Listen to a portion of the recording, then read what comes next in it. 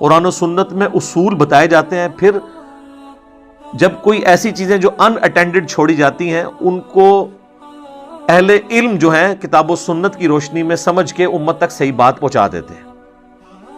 تو اصول تو اپنی جگہ طے ہیں۔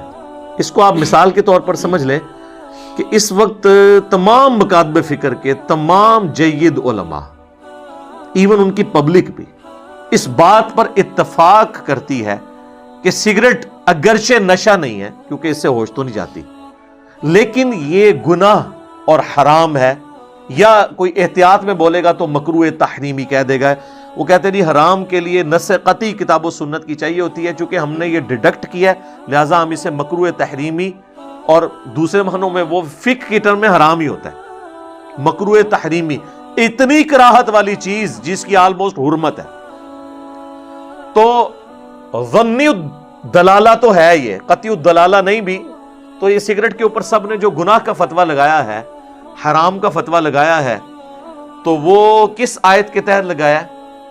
وہ سورۃ البقرہ کی آیت ہے، آیت نمبر ہے 195، وَلَا تُلْقُوا بِأَيْدِيكُمْ إِلَى التَّهْلُكَةِ، اپنے ہاتھوں سے اپنے آپ کو ہلاکت میں مت ڈالو۔ اگرچہ یہ آیت کا کانٹیکسٹ جو ہے وہ انفاق فی سبیل اللہ کے حوالے سے ہے کہ جو لوگ اللہ کی راہ میں خرچ نہیں کرتے ہیں نا، ان کو اللہ تعالیٰ نے ڈانٹا ہے کہ تم اللہ کی راہ میں خرچ کرو اور اپنے آپ کو ہلاکت میں نہ ڈالو، یعنی یہ اللہ کی راہ میں مال خرچ کر کے آخرت کے لیے سٹور کر لو۔ لیکن اس آیت کو خودکشی کے کانٹیکسٹ میں بھی یوز کیا جاتا ہے کہ جی خودکشی حرام ہے قرآن کی اس آیت کی روح سے۔ احادیث تو بخاری مسلم میں بہت ہیں، لیکن قرآن میں اگر کہا جائے خودکشی کہاں پہ حرام ہے تو کہتے ہیں یہاں، حالانکہ قرآن کا کانٹیکسٹ تو یہ نہیں کہہ رہا، ڈیڈکٹ کیا جاتا ہے۔ چلیں خودکشی کے لیے تو آپ کہہ سکتے ہیں کہ احادیث الگ سے موجود ہیں، لیکن سگریٹ کے لیے تو احادیث بھی نہیں ہے۔ اگر آپ نشہ والی احادیث لگائیں گے تو نشہ تو وہ اس اعتبار سے نہیں ہے کہ ہوش گنوا دے، تو وہ کہتے ہیں نہیں، قرآن میں ہے اپنے آپ کو ہلاکت میں نہ ڈالو، یعنی خودکشی کرنے کی طرف ہی لے جانے والی چیز ہے۔ سائنٹیفکلی یہ چیز پروف ہے کہ سگریٹ کے ذریعے پھیپھڑے خراب ہو جاتے ہیں اور انسان وقت سے پہلے ایکسپائر ہو جاتا ہے۔ اب اس پہ کوئی بیوقوفوں والی بات کرے کہ جی وہ ہمارے محلے میں ایک بابا ہے جی، اس کی عمر تو 80 سال ہو گئی، وہ ابھی تک سگریٹ پیتا ہے، تو وہ ایک ایکسیپشن کیس ہوتا ہے، ایکسیپشنل کیس ہوتا ہے۔ اس طریقے سے نہیں انالیسس کیا جاتا، انالیسس یہ کیا جاتا ہے کہ 100 بندے لیے جائیں جو سگریٹ پی رہے ہوں اپنی ینگ ایج سے، اور 100 وہ لیے جائیں جو نہ پی رہے ہوں۔ اب دیکھیں کہ کون 80 تک پہنچتا ہے، تو پتہ چلے گا وہ ایک ہی بابا 80 تک پہنچا ہوا ہے، اس کے ساتھ کے سارے 60 سے پہلے ہی ایکسپائر ہو گئے ہوئے ہیں۔ تو اس طریقے سے چند ایک چیزوں کو، مثالوں کو اٹھا کے آپ نے یہ نہیں سگریٹ کے فضائل نہیں سنانے ہوتے۔ تو سگریٹ کی حرمت یا اس کو مکروہ تحریمی ہم نے نہ قرآن و سنت کے دلائل کی بنیاد پہ نہیں کیا، بلکہ ہم نے اس آیت کے تحت کیا ہے جو سورہ البقرہ کی آیت نمبر 195 ہے، وَلَا تُلْقُوا بِأَيْدِيكُمْ إِلَى التَّهْلُكَةِ، اپنے آپ کو خود اپنے ہاتھوں سے ہلاکت میں مت ڈالو۔ اب کوئی کہہ سکتا ہے کہ یہ علماء نے خام خواہ اس آیت سے کیوں لیا ایسے؟ تو صحابہ بھی اسی طرح لیتے تھے۔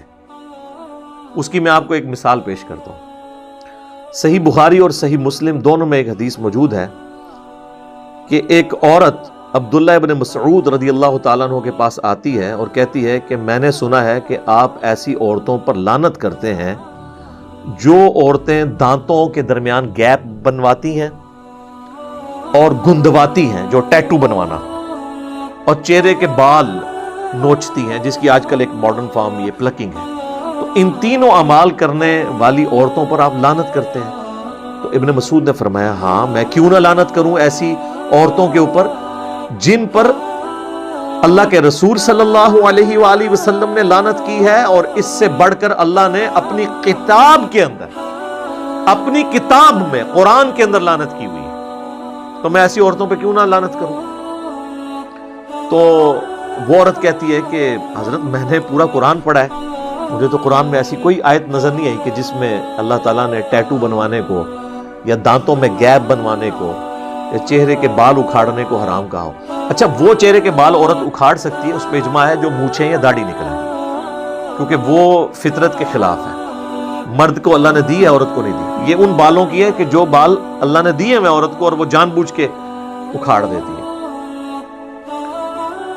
تو جناب وہ ایک صحابیہ ہی ایسی بات کر سکتی تھی یا کوئی تابعی عورت ہوگی وہ؟ آج کل کی عورت تو اتنے وثوق سے نہیں کہہ سکتی کہ میں نے قرآن پڑھا ہوا ہے۔ یہاں پہ تو ہمارے بڑے بڑے علماء قرآن کو حدیث کہہ کے، حدیث کو قرآن کہہ کے بیان کر دیتے ہیں۔ تو ابن مسعود رضی اللہ تعالیٰ نے فرمایا کہ تو نے قرآن میں یہ آیت نہیں پڑھی، سورۃ الحشر کی آیت نمبر 7، وَمَا آتَاكُمُ الرَّسُولُ فَخُذُوهُ وَمَا نَهَاكُمْ عَنْهُ فَانْتَهُوا، جو رسول اللہ تمہیں دیں صلی اللہ علیہ وآلہ وسلم وہ لے لو، اور جس سے منع فرما جائیں اس سے رک جاؤ۔ تو رسول اللہ ہی نے لعنت کی ہے ان کے اوپر۔ تو قرآن کے اندر جب یہ ہے کہ رسول اللہ کوئی چیز دیں تو یہ رسول اللہ نے ہمیں بات دی ہے۔ میں نے خود اللہ کے نبی صلی اللہ علیہ وآلہ وسلم سے ایسی عورتوں کے بارے میں لعنت کے الفاظ سنے تھے۔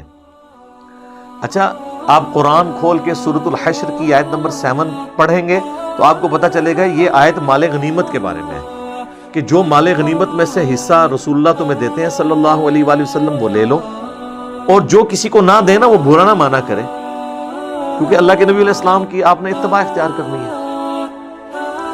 اس کا دور دور کوئی لینا دینا نہیں تھا پلکنگ کرنے کے ساتھ یا دانتوں میں گیپ بنوانے کے ساتھ یا ٹیٹو بنوانے کے ساتھ، لیکن ابن مسعود نے اس آیت کو جنرلائز کر دیا کہ یہ جنرل ہے آیت، قرآن میں اسپیسیفک تھی۔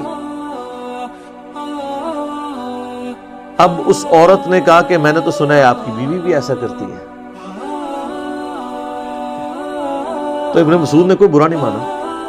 انہوں نے کہا اندر جاؤ میرے گھر میں، دیکھ لو میری بیوی یہ کرتی ہے نہیں کرتی۔ تو وہ عورت اندر گئی تو واپسی پہ شرمندہ ہو کے باہر نکلی، انہوں نے کہا آپ کی بیوی تو یہ نہیں کرتی۔ یعنی صحابہ کے زمانے میں بھی صحابہ کی بیویوں کے بارے میں عجیب و غریب باتیں مشہور ہو جاتی تھی، یعنی پراپوگنڈا کتنی بری چیز ہے۔ تو ابن مسعود نے پھر ایک جملہ بولا، انہوں نے کہا کہ اگر میری بیوی یہ کرتی ہوتی تو وہ پھر ابن مسعود کی بیوی نہ ہوتی، کہ جو اللہ کے نبی کی نافرمان ہو وہ ایسی عورت میرے ساتھ ہو سکتی ہے جس نے پوری زندگی حضور علیہ السلام کے ساتھ گزاری ہے رضی اللہ تعالیٰ عنہ علیہ السلام۔ تو اس آیت سے یہ پتہ چلا کہ صحابہ اکرام علیہم رضوان آیات کو جنرلائز بھی کر لیا کرتے تھے۔ اسی کے تحت ہم نے سگریٹ کو اس کیٹیگری میں فال کیا ہے جو سورہ البقرہ کی آیت نمبر 195 ہے، وَلَا تُلْقُوا بِأَيْدِيكُمْ إِلَى التَّهْلُكَةِ۔ یہ میں نے آپ کو بنیاد اس لیے بنائی تاکہ آپ کو آگے پتہ چلے کہ ہمارے ائمہ اکرام نے اگر قرآن کی کسی آیت سے مسٹربیشن کو حرام قرار دیا ہے تو وہ بالکل صحابہ کے طریقے کے اوپر ہے۔ یہ کوئی انہوں نے اپنی طرف سے چیزیں انوینٹ نہیں کی ہیں، دین کے اندر داخل نہیں کی ہیں۔